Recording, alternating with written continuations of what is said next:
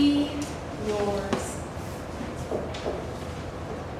A circle phrase of advice common to mankind and said 1,000 times.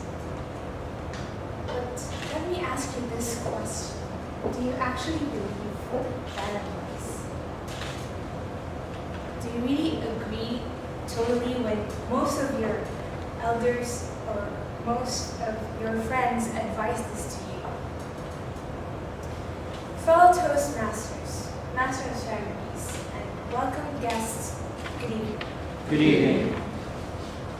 In my opinion, I do not really agree to the advice, be yourself.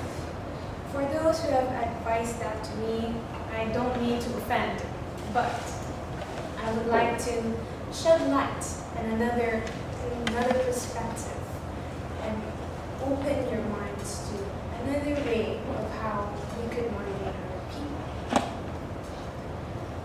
So let me not procrastinate and let me just give you a small detail about myself that not most of you might not know about me.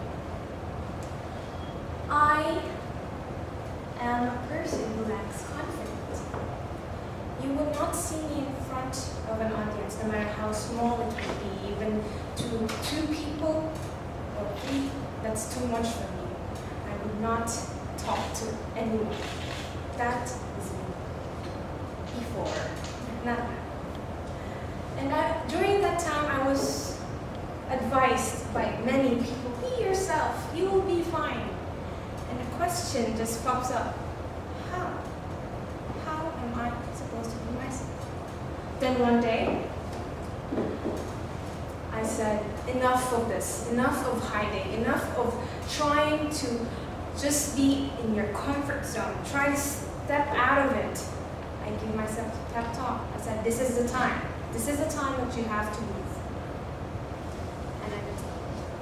Right in front of the mirror, I said, do not be yourself. How about be a better version of yourself? So, I did follow a few points after reading a lot of books. I just followed 3 things. First is that you should step out of that comfort zone.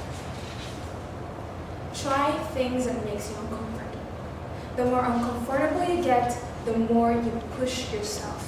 Push yourself to the limit. And think that at least in that moment you have given your best. Then the next would be to gain confidence. It is hard. It is very hard. But confidence is a very key ingredient of trying to improve yourself, trying to become a better version of yourself.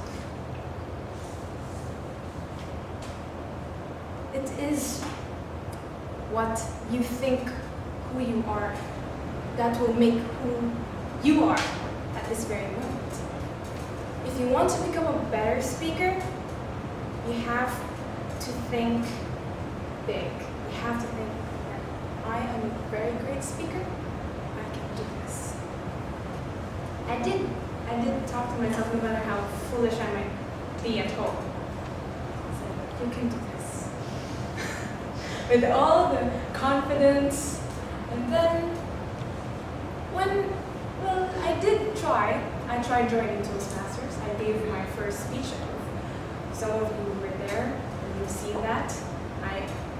Underneath that face of confidence that I've shown is me who's too scared to get out. To get out and just stay there and talk about confidence also.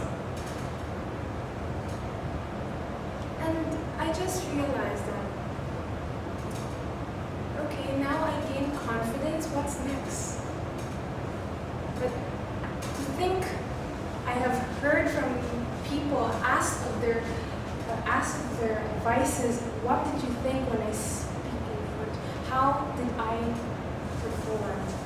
Not just speaking, but also through singing You're dancing, did I did well? It's not about being proud of yourself, but it's about asking a feedback in order to improve on things that you don't, that you lack, that you have to improve on in the future. So I did a lot of asking, and they gave me feedback. And the third step that I follow is repetition of first step and second step. To keep pushing myself to the limit, to keep that zone, just to destroy that comfort zone of mine and get out of in the world. Since we live in a world where change is the only constant thing, might as well move on, might as well improve. So as I continue, it wasn't an easy road, but I can say right now that I am proud to introduce myself. Hi, my name is Sarah Marie, version 2.0. Thank you, and that's it.